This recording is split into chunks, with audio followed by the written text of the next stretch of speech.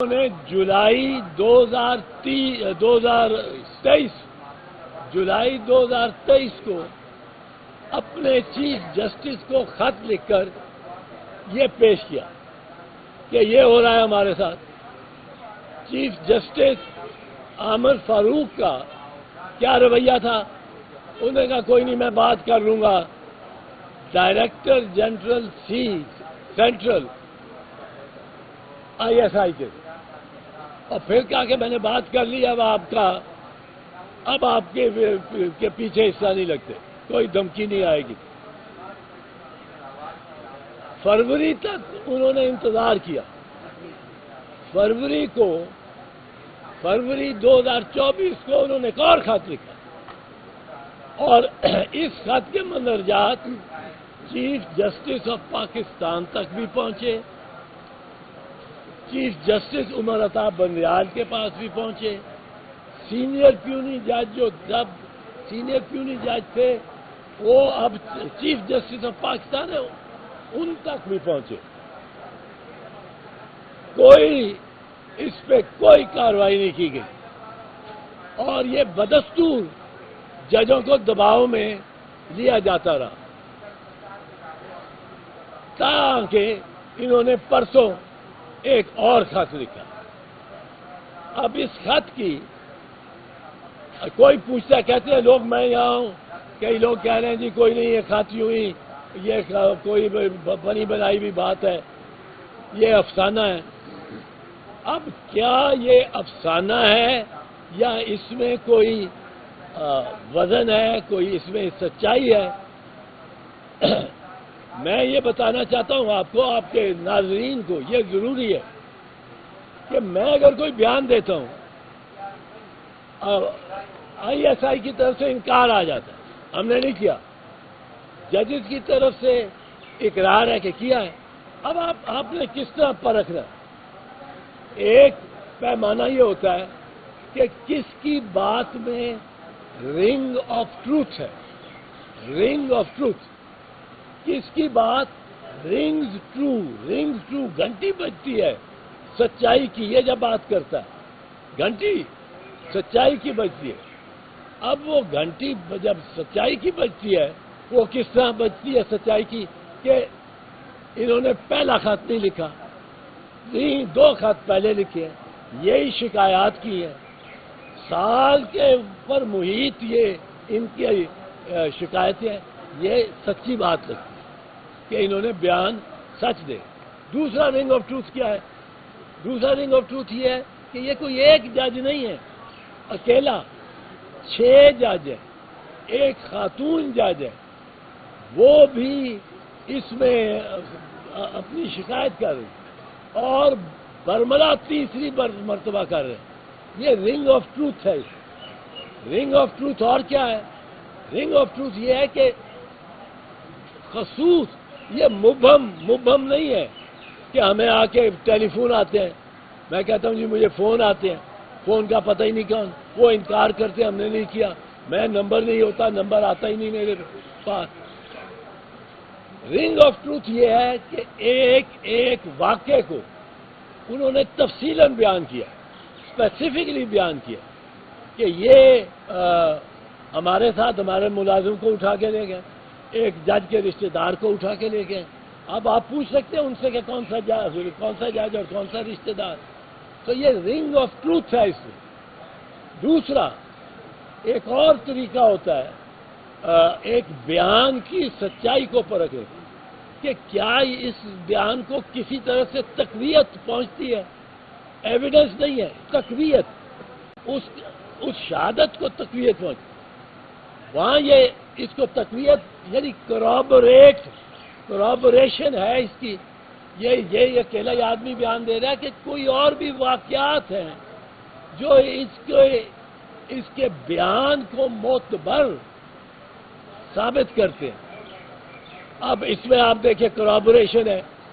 کورابوریشن یہ ہے کہ وہ جج صاحب کے گھر سے وہ کیمرے نکلے ہیں، کیمرہ تو نکلا ہے بیڈ روم سے، کیمرہ تو نکلا ہے لیونگ روم سے. اب جب یہ جج صاحب کہتا ہے کہ یہ کیمرے کیا کر رہے تھے، وہ بلب بدلنا چاہتا تھا، وہ بلب بدلنے گیا پیچھے تو وہ وہاں کیمرہ لگا ہوا اسی ساکٹ میں، اور وہ ویڈیو چل رہی ہے، وہ نکال کے جب اسے، اب یہ کورابوریٹ ہو گیا ان کی بیان کو.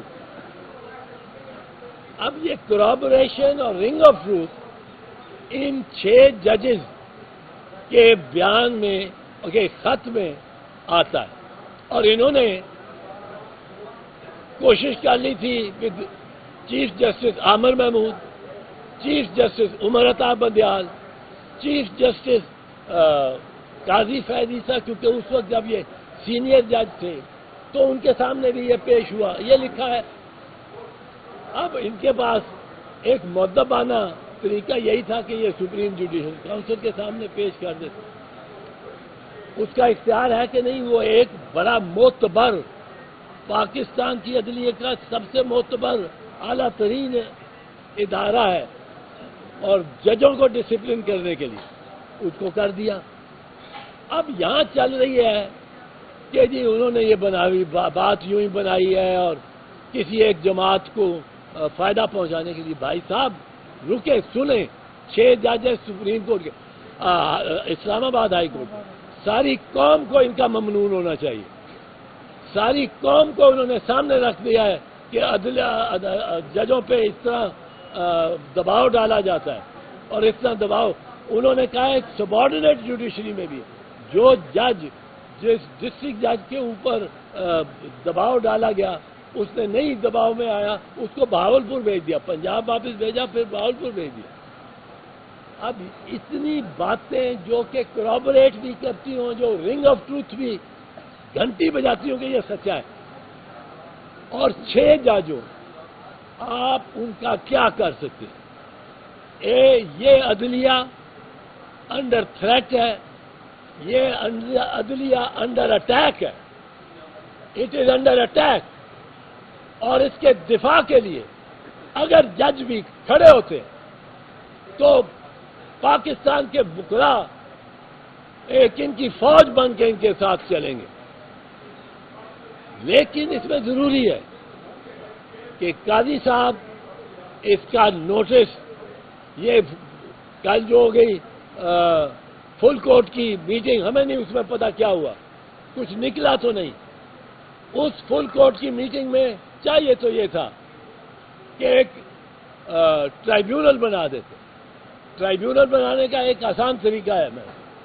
آپ نے 11 ججز کا ٹرائیبیونل بنانا ہے، اوپر سے شروع کریں 1 2 3 4 5 6 7 8 9 10 11 ٹرائیبیونل بنا دیں، کسی کو اعتراض نہیں ہوگا. قاضی صاحب کو اعتراض ہوتا تھا عمر بندیال صاحب کے دور میں کہ جی وہ سینئر ججز کو نہیں لگاتے، جونیئر ججز کو لگاتے. آپ 11 ججز کا 13 ججز کا بینچ بنائیں، سارے سینئر ججز رکھیں بلا امتیاز، اور ان کے آگے یہ مدعا، یہ لیٹر ایز اے کمپلینٹ پیش ہو. وہ ججز جنہوں نے خط لکھا ہے وہ بھی پیش ہو، ان کے وکلاء بھی پیش ہو، نوٹس دیں جس نے اس نے رانگ ڈوئنگ بھی کی ہوئی ہے، وہ کسی ادارے کا ہیڈ ہے یا ڈپٹی ہیڈ ہے، جس کا نام اس میں آیا ہے جس ادارے کا، اس کے ہیڈ کو بلائیں، وہاں اس کو یہ خط دیں اور کہیں آپ کا اس کے بارے میں کیا ایکسپلینیشن. 6 ہائی کورٹ کے ججز کا اس طرح دلیری کے ساتھ یہ لکھ دینا ایک معاملہ جس کو وہ پورا سال چیز کرتے رہے، وہ کر دینا، یہ کوئی چھوٹی بات نہیں ہے. یہ عدلیہ کی بنیادیں ہلا دینے والا انقلاب کا پیش خیمہ ہے. میں اس لیے یہ عرض کروں گا چیف جسٹس صاحب کو کہ اس کا فوری نوٹس لیں. یہ دنوں کی بات نہیں ہے، یہ گھنٹوں کی بات ہے. سیریس اس میں نظر آئے چیف جسٹس صاحب اور ان کے سینئر رفقا، سینئر 9 اور 11 اور 13 سینئر ججز کا اسی وقت ٹرائیبیونل بنائیں اور اس کو ٹیک اپ کریں کہ یہ کیوں ہو رہا ہے اور کیسے ہو. چودھری صاحب میرا ایک چھوٹا سا سوال ہے. ایک وقت تھا کہ انہی ایجنسیوں کے کہنے کے اوپر آپ ٹول بنے اور اس وقت کی حکومت صدر آصف علی زرداری کا بازو مروڑ کے آپ نے عدلیہ کو بحال کرایا تھا، تو آپ کو کیا اب اس پہ شرمندگی ہوتی ہے یا کبھی کوئی ایسی بات محسوس ہوئی کہ آپ نے اس وقت غلط کیا تھا؟ دیکھو، میں نے کوئی کسی کا بازو مروڑ کے نہیں کیا تھا۔ زرداری صاحب نے یہی کہا کہ میرا بازو مروڑ کے جج بحال کروائے تھے امتیاز صاحب نے۔ زرداری صاحب نہیں کرنا چاہتے تھے، ان کو لاجک سے کنونس کیا اور پھر وہ